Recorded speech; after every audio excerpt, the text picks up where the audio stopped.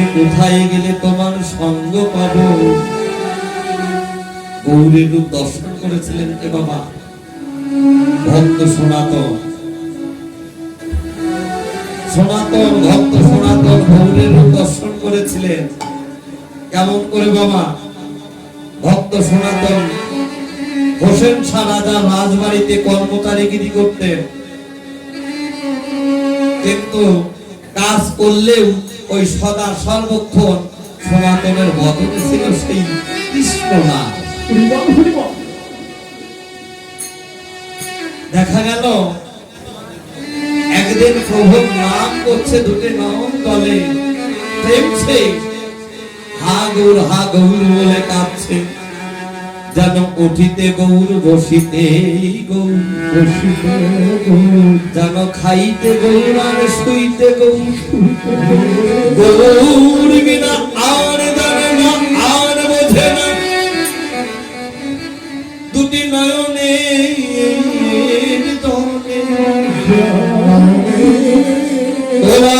গড়াগড়ি যাচ্ছে। ভগবান কি বাবা ভক্তের নয়নের জল সইতে পারে? ভগবান বলেন আমি সব সইতে পারি, আমার ভক্তের ওই নয়নের জলটুকু আমি সইতে পারি না। ভগবান নিজে এসে সনাতনের সামনে তিনি দাঁড়ালেন, দ্বিভঙ্গ মূরতি ধারণ করে। সনাতন এমন ওই মধুমাখা রূপ দর্শন করে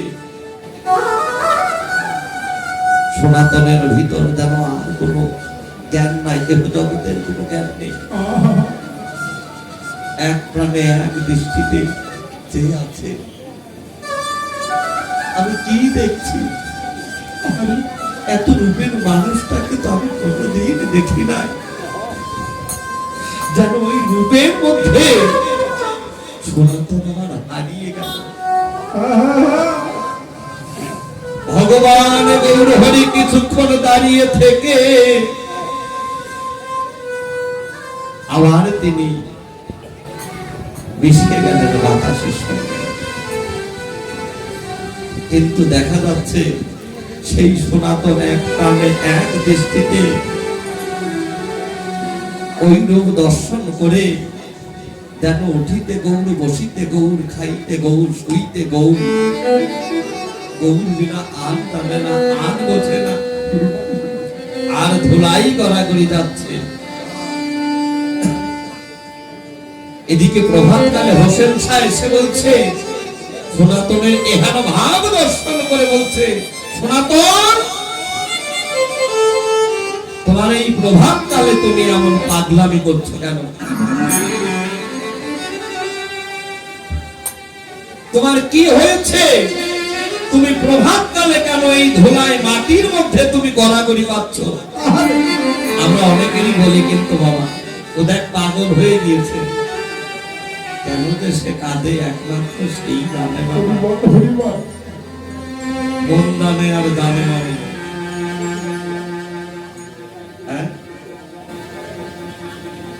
তাই তো বাবা, হ্যাঁ গৌর হরি বলে কাঁদছে আর ধলাই গড়ি গড়াগড়ি যাচ্ছে। হোসেন শাহ বলছে, সনাতন তোমার কি হয়েছে? তুমি এমন করে কাঁদছো কেন? যে একবার ওই রূপ দেখেছে বাবা, গুরু নানদের যাদের হৃদয় গড়া, সে কি আর অন্য কিছু বলতে পারে না? যে রূপ দর্শন করেছ ওই রূপের মধ্যে সনাতন হারিয়ে গিয়েছে। কেঁদে কেঁদে বলছে, রাধা মশাই আমি আপনার চাকরি আমি আর করব না, আমি আর করব না, আপনি দয়া করে আপনার এই রাজগৃহ হতে আমায় বিদায় দেন। হোসেন শাহ মনে মনে ভাবলেন, সনাতনের মতো সুদক্ষ কর্মচারী যদি আমার এই রাজগৃহ হতে চলে যায়, তাহলে তেমন রাজ্যটা অচল হয়ে যাবে। ছেড়ে দেওয়া তো দূরের কথা, পাহারাদারকে আদেশ করলেন, পাহারাদার শীঘ্র করে সনাতনকে বন্দী করে অন্ধকার কারাগারে রেখে দাও।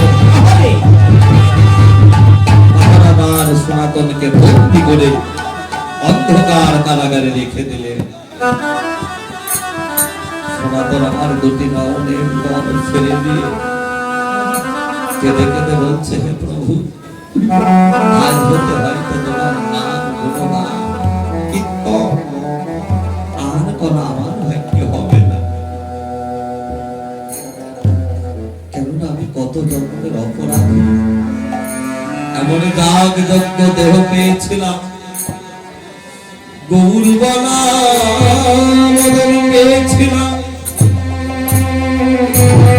সাধুগুরু বৈষ্ণবকে সেবার জন্য হাত পেয়েছিলাম, সৎসঙ্গে আমার জন্য দুঃখী পদ পেয়েছিলাম। আজ হতে আমার সব কিছু বন্ধ হয়ে গেল। হে প্রভু, আজ হতে তোমার সেবায় আর আমি লাগতে পারবো না। এই বলে সনাতনে দুটি নয়ন জলে ভেসে যায়।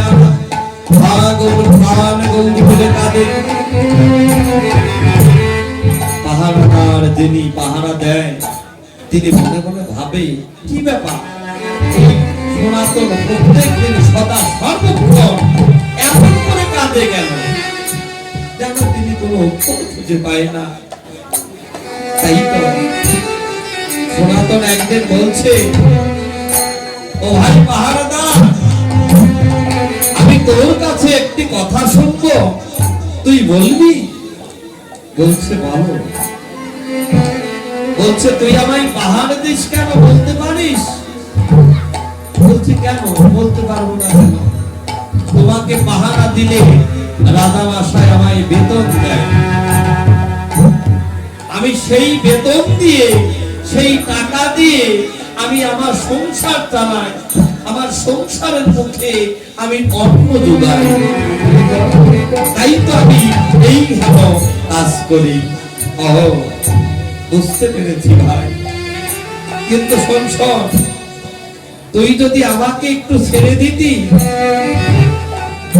এই রাজগৃহ হতে যদি একবার আমায় ছেড়ে দিতি, আমি কথা দিচ্ছি আমার যত আছে টাকা পয়সা, আমার বাড়ি গাড়ি, আমার ধন সম্পদ, আমার যা কিছু আছে, আমার সব কিছু আমি তোকে দান করে দেব।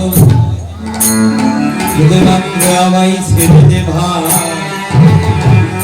তখন পাহারাদার বলছে, তুমি কি আমাকে লোভ দেখাচ্ছ? তুমি কি আমাকে লোভ দেখাচ্ছ? তোমার টাকা পয়সা, বাড়ি গাড়ি, ধন সম্পদ আমি কেন টিকে যাব? তুমি আমায় লোভ দেখাচ্ছ? বলছে, না রে ভাই, আমি তোকে লোভ দেখাচ্ছি নি। তুই একবার শেষের দিনের চিন্তা কর না। এই যে বাড়ি গাড়ি, ধন সম্পদ, বিষয় বাসনা, যেদিন আমার এই খাতার পাখি উড়ে যাবে, সেদিনকে এই টাকা পয়সা, ধন সম্পদ, সোনা দানা আমার সঙ্গে যাবে নাকি রে ভাই? আমার সঙ্গে যাবে না। তখন সনাতন বলছে, সত্যই তো তাই, কিন্তু ভাই আমি তোমায় ছেড়ে দিব, আমি তোমায় ছেড়ে দিব, কিন্তু তোমাকে আমায় কথা দিতে হবে। কি কথা? কেননা আমি কোনদিন গৌর কি ধন, গৌর কি বস্তু, গৌর কোথায় থাকে, কোথায় গেলে গৌরের চরণ লাভ করা যায়, কোনদিন আমি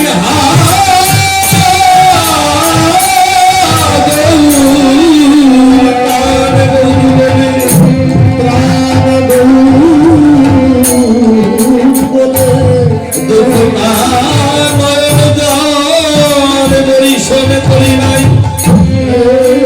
কোনদিন ভক্তের সঙ্গ করি নাই, কোনদিন সাধন সঙ্গ করি নাই, কোনদিন হাগর প্রাণ গৌরে আমি দুঃখটা নবগান পরিশ্রম করি নাই। তাই তো ও ভাই সনাতন, আমার শেষের দিনে তোর কাছে একটি মাত্র আত্মনিবেদন, যেদিন আমার ভবলীলা সাঙ্গ হয়ে যাবে, যেদিন আমার হৃদয়ের চিঠি এসে যাবে, যেদিন এই খাতার পাখি উড়ে যাবে, ভাই সনাতন রে, তুই ওই শেষের দিনে, সেদিনে তুই আমার সঙ্গ ছাড়া,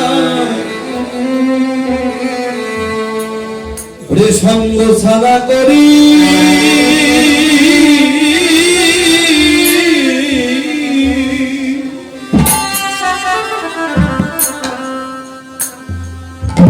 করিস মানে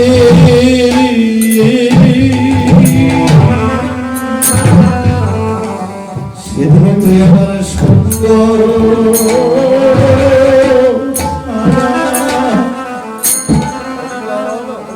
আমায় করি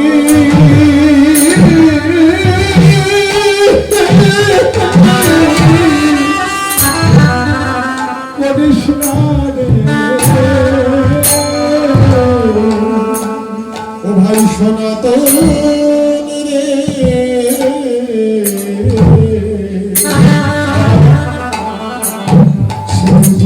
সঙ্গ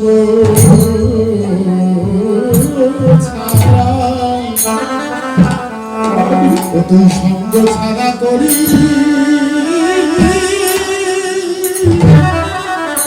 করিস না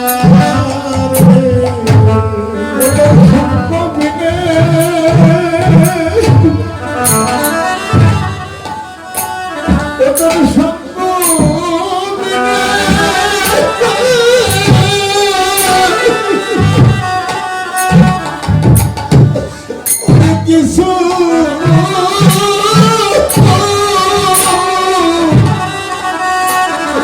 অনেক কিছু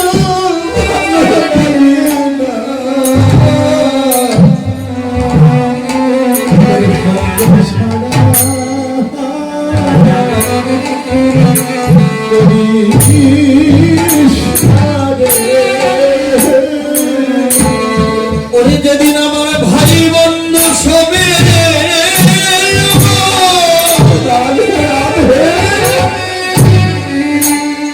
ওরে যেদিন আমার ভাই বন্ধু সবে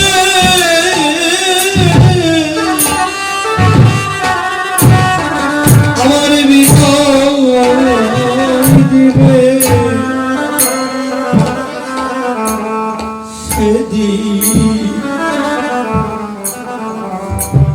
সেদিন তুই আমার সঙ্গ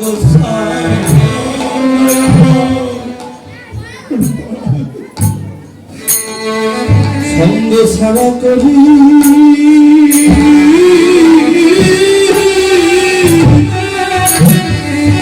করিস না রে, ভাই বন্ধু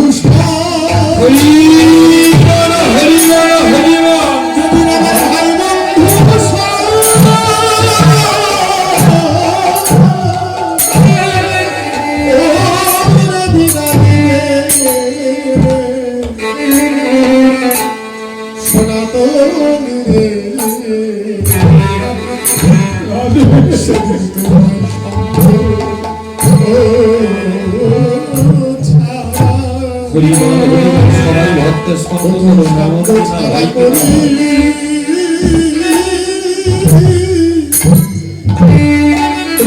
করিস না রে, যেদিন আমার আপন সদ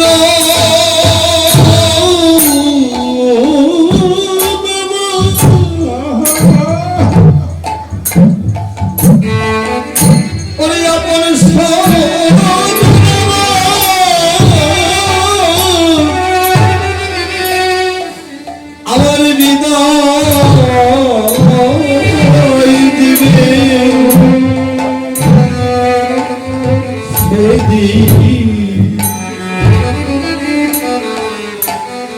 সেদিন সঙ্গ ছাড়ায় আমার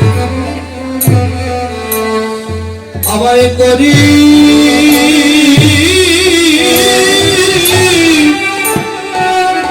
করিস না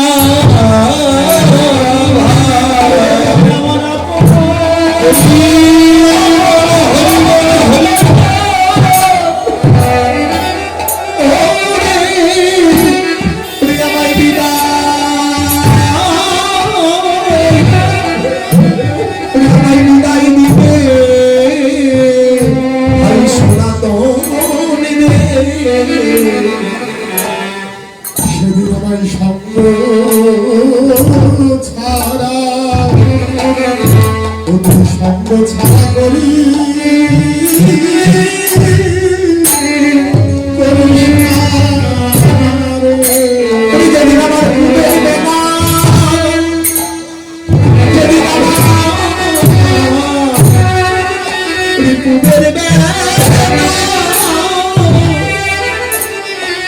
কুবের বেলা করেছি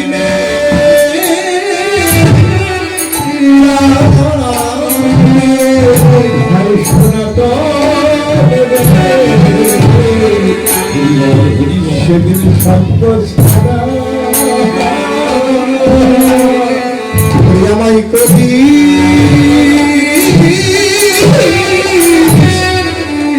আমায় করিস না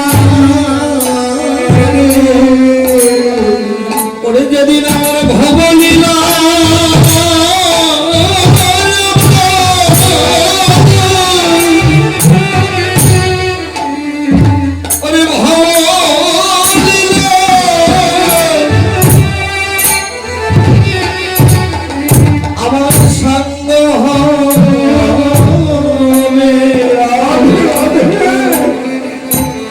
সেদিন আমার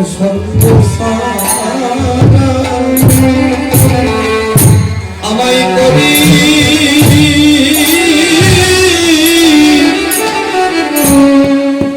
করিস না যেদিন আমার ভবলীলা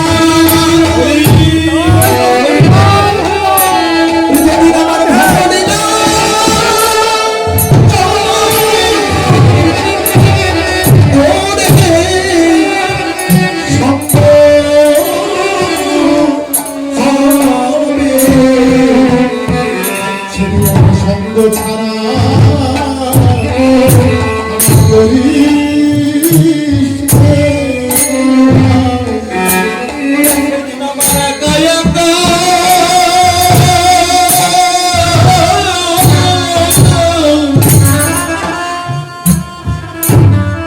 আমার যেতে হবে সেদিন আমার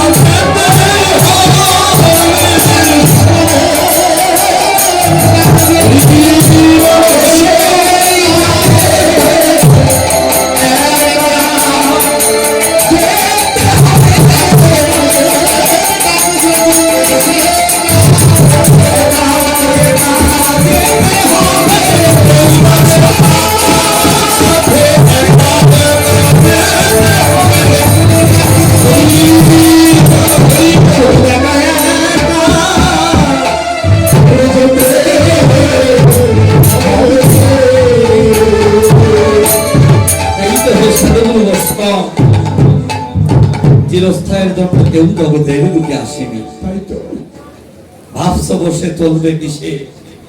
যার ভাববার সেই ভাববে, তুমি ভাববে একমাত্র তাকে।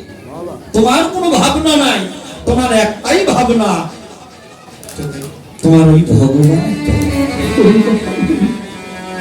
জীব নিত্য কৃষ্ণদাস তাহা ভুলে গেল, সেই কারণে মায়া ভাস তার বলতে বাঁধিল। ভজ কৃষ্ণ গুরু সেবন, মায়া জাল কেটে পাই আমরা কৃষ্ণের চরণ। আমরা তো সবাই মায়ার দাস। আমরা নিজের অহংকার নিয়ে আমরা আছি, আমরা মায়ার দাস, সংসারের দাস। স্ত্রী বলছে এটা নিয়ে আসো, ওটা করো, ওইখানে যাও। সন্তান বলছে বাবা আমাকে এটা দাও, ওটা দাও। যে যা বলছে তাই করছি, কিন্তু যার নাম গুণগান করার কথা, যার দাসত্ব করার কথা, আজ তাকেই আমরা ভুলে আছি। আমার আসল পরিচয় কি? আমার আসল পরিচয় হলো আমরা ভগবানের চরণের দাস, কিংবা পুরুষ কিংবা নারী, আমরা সবাই হলো গোবিন্দের চরণের দাস। কিন্তু বাবা ভগবান বললেন আমার কাছে আসতেই হবে। হে জগৎ, চিরস্থায়ীর জন্য তোমরা কেউ নেই। আজ যা ভাবছ আমার, কাল তা অন্যের হয়ে যাবে। কেননা এ জগতে তোমারই তো তুমি না। যা নিয়ে জল্পনা কল্পনা করছো, যা নিয়ে ভাবছো, এটা তোমার দুই দিন, আজ আছে কাল তোমার থাকবে না, তাহা অন্যের হয়ে যাবে। দিয়ে ধন বুঝে মন, কেড়ে নিতে কতক্ষণ। মহাজন বললেন ভেবে দেখ মন, কেউ তো কারণ নয়।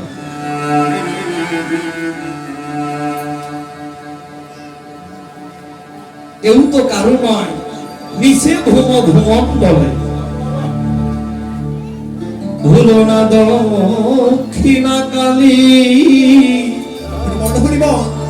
বত হয়ে মায়া জলে।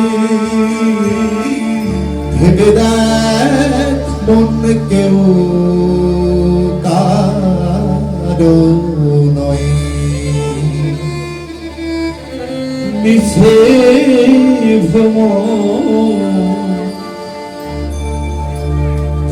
ভ্রমণ্ডলে ভুলো না দক্ষিণ কালী, বাধ্য হয়ে জানে।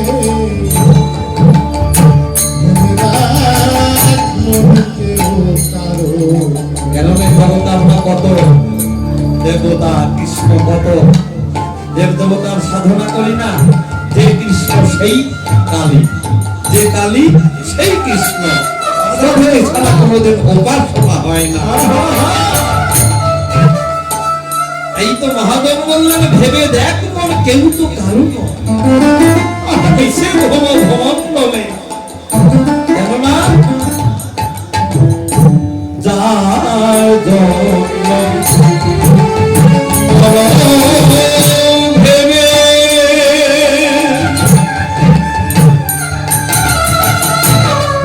সে কি তোমার সঙ্গে যাবে?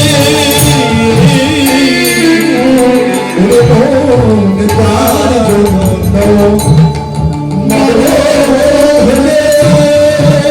সে কি তোমার সঙ্গে যাবে?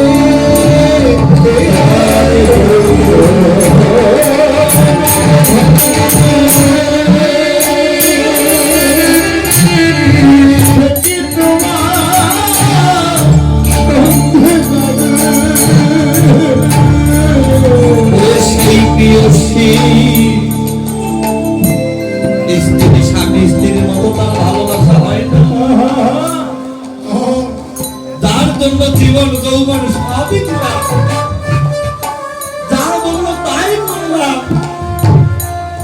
মহাজন বললেন, যার জন্য মরণ ভেবে হবে সে কি তোমার সঙ্গে যাবে?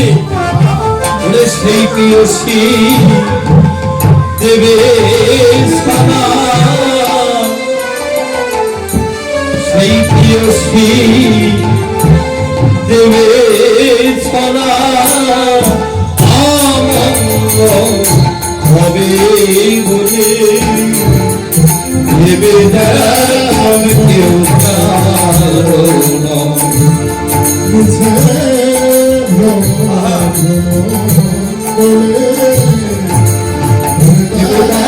বলে কেউ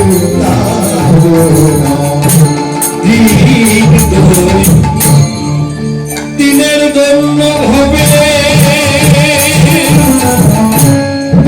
পদ্মা বলে সবাই মানে আর দিন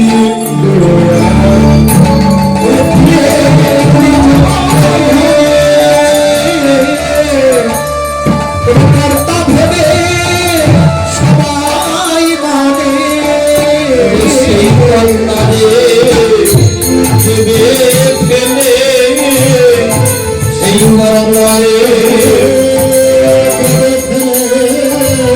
কালা কালে কন্যায় রে ভেবে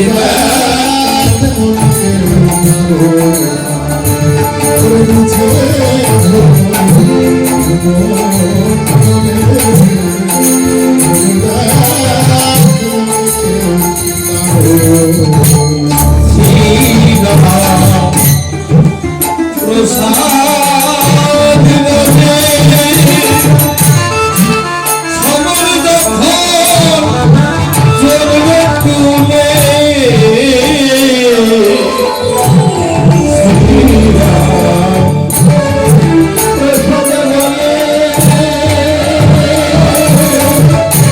স্মরণ যখন ছুঁড়ে দেবে শ্রীরাম প্রসাদ বলে সমর যখন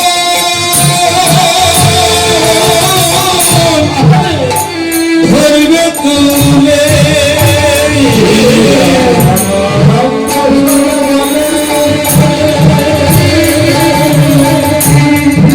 সমাজ যখন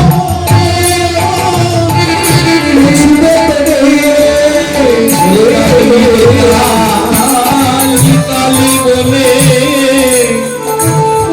ডাকবি রে কালী কালী বলে কালা কালে কন্যায় রে ভেবে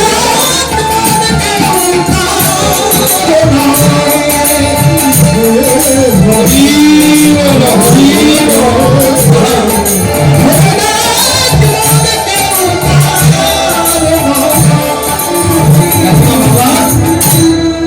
ভাগবত প্রমাণ দিলেন কাপান্ন সমন্ত কাকস্য পরিবেদন, কাপান্ন সমন্ত কাকস্য পরিবেদনা। তুমি কারোর জন্য জগতে দরদ দেখাতে যেও না। এই জগতে তোমার কেউ আপন নয়। তোমার যদি কেউ আপন থাকে সে একমাত্র আমি অনাদি আদি গোবিন্দ। হরি বল হরি বল হরি বল, হরি বল। গেল না বাবা? জগতের বুকে এসে যদি ভালো কর্ম করে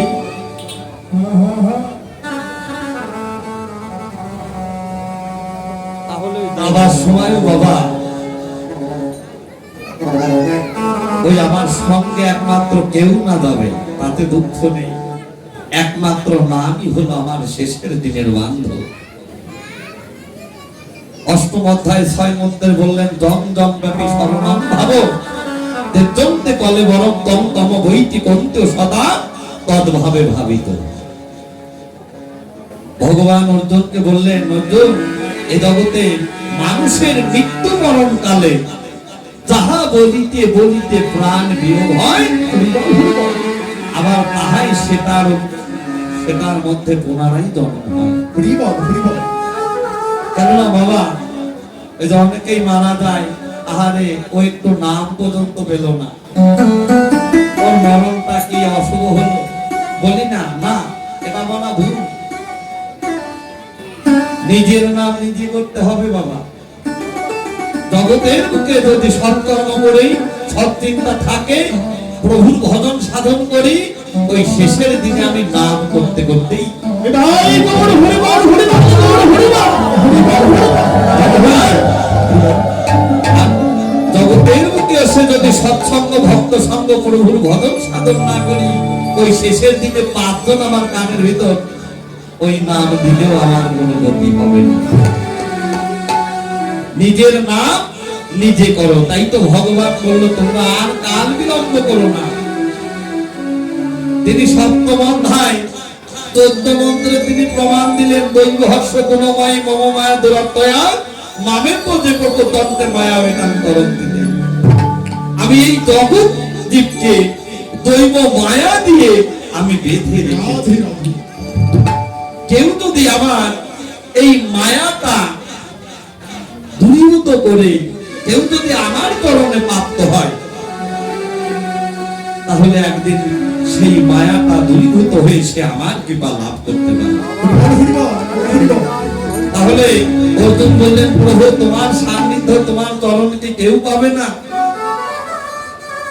তিনি সপ্তম অধ্যায় 19 মন্ত্রে বললেন, বহু নাম জন্মান্তরে জ্ঞানবন্ধা প্রকটতে বাসুদেব সর্বমিথিচ্ছ সুমহত্তা সুদুর্লভ।